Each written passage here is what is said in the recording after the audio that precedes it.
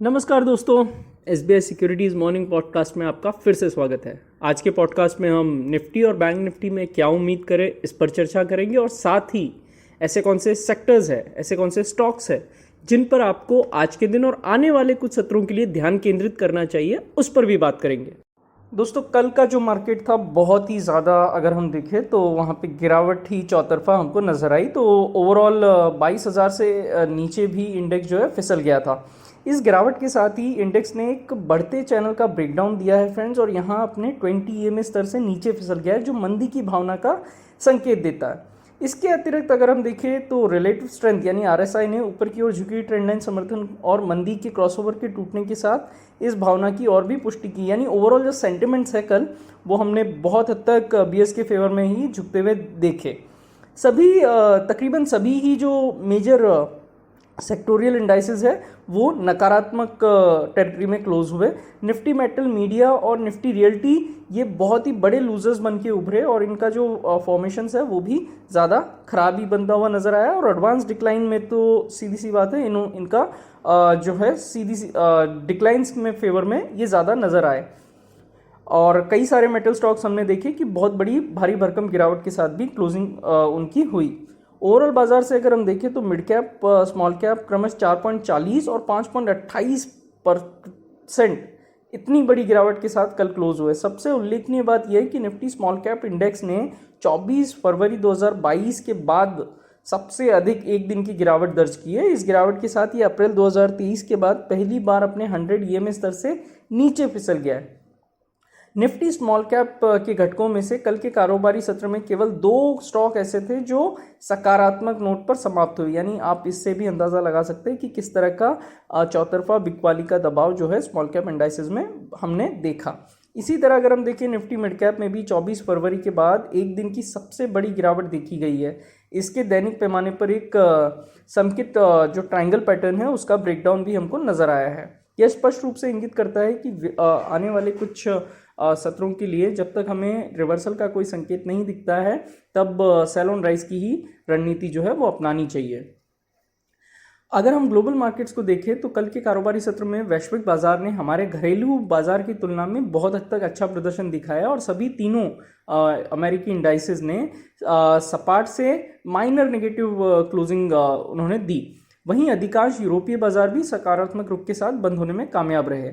S&P 500 ने 27 अंकों की एक रेंज में ही वो अपने आप को कंसोलिडेट कर रहा है, जो कि 28 फरवरी के बाद से सबसे कम जो है ओवरऑल डेली रेंज है। आगे बढ़ते हुए 5190 के स्तर से ऊपर किसी भी स्थायी कदम से S&P 500 जो है वहाँ पे उछाल आएगा और उस स्थिति में 5260 के लेवल्स को भी वो टेस्ट कर सकता है और उसके बाद शॉर्ट टर्म में हम 5350 तक के लेवल्स भी यहाँ पे देख सकते हैं।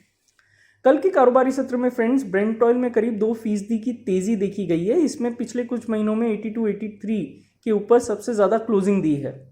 इसके साथ ही इसने कंसोलिडेशन ब्रेकआउट भी दिया है और आगे बढ़ते हुए जो है इसकी नॉर्थवर्ड जर्नी और भी ज़्यादा कंटिन्यू होते हुए नजर आएगी और फिर 86 और 90 तक के लेवल्स भी हमको शायद देखने में मिल सकते हैं। अस्थिरता अगर हम इंडेक्स को देखें, इंडिया विक्स को, तो 13.5 के स्तर पर उसने सपोर्ट लिया और लगभग 6% की बढ़त के साथ 14.43 के स्तर तक पहुंच गया है। आगे बढ़ते हुए 15.10 ये जो जोन है वो इंडिया विक्स के लिए एक बहुत ही इंपॉर्टेंट रेजिस्टेंस के तौर पे कार्य करेगा। 15.10 के ऊपर किसी भी स्थायी कदम से 15.95 के स्तर तक तेज उछाल आ सकता है और उसके बाद हम 16.60 तक भी इसको देख सकेंगे।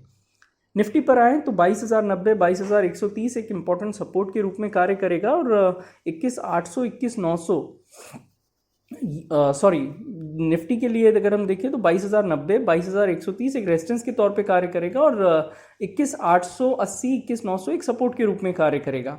स्थितिगत रूप से हमारा मानना यह है कि 22,200, 22,300 का जो जोन है अगले कुछ कारोबारी सत्रों के लिए एक इम्पॉर्टेंट रेजिस्टेंस के रूप में उभर कर आ सकता है और अल्पावधि में निफ्टी का 21,700, 21,750 इन लेवल्स का टेस्ट करना एक पॉसिबिलिटी यहाँ पे नजर आ रही है और 21,700 से अगर हम नीचे फिसलते हैं तो तेज बिकवाली 21,450 के लेवल तक आ सकती है।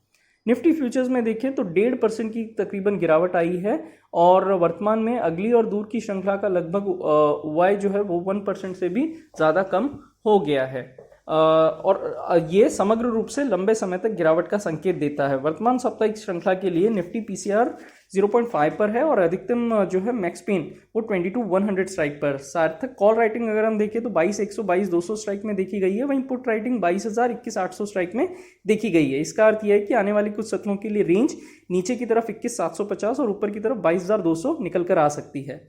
बैंकिंग को देखें तो बैंक निफ्टी ने फ्रंटलाइन इंडेक्स से बेहतर प्रदर्शन किया है क्योंकि उसमें 0.64% की गिरावट हमको देखने को मिली और पिछले 2 कारोबारी सत्रों में 20 EMA के आसपास वो घूम रहा है। 46,800 46,700 ये एक सपोर्ट के तौर पे कार्य करेगा बैंक निफ्टी के लिए क्योंकि इस जगह पे 20 EMA प्लेस्ड है फ्रेंड्स। 46,700 के नीचे अगर फिसलता है बैंक निफ्टी तो 46,450 46,200 इन लेवल्स तक हमको बिकवाली जो है बढ़ती हुई नजर आएगी। वहीं ऊपर की ओर 47,350 47,400 ये एक रेजिस्टेंस के तौर पे कार्य करेगा। ओपन इंटरेस्ट को यहाँ पे जोड़ते हैं तो फ्यूचर्स में लगभग 1% की गिरावट आई है, वहीं जो ओवरऑल ओआई है वो 2.12% तक बढ़ गया है जो कि एक शॉर्ट बिल्डअप का संकेत भी यहाँ पे दे रहा है। ऑप्शंस के मोर्चे पर देखिए तो बैंक निफ्टी पीसीआर 0.67 पर है 47,000 47,500 के कॉल में और 47,000 46,500 के पुट में अच्छी खासी राइटिंग हमको देखने को मिली है। एक रेंज निकालते हैं इसके बेसिस पर तो 47,400 और 46,450 की रेंज निकल कर आ रही है। एफआईडीआई डेटा पर नजर दौड़ाएं तो 4595 करोड़ की एफआई ने बिकवाली की और डीआई ने 9,093 करोड़ के खरीदारी यहाँ पे दिखाई। तो एफआईआई जो है यहाँ पे जो है बिकवाली का दबाव यहाँ पे हमको नजर आ रहा है एफआई का। तो फ्रेंड्स यही था आज के पॉडकास्ट में। हमारे पॉडकास्ट को नियमित रूप से सुनने के लिए आपका बहुत बहुत धन्यवाद।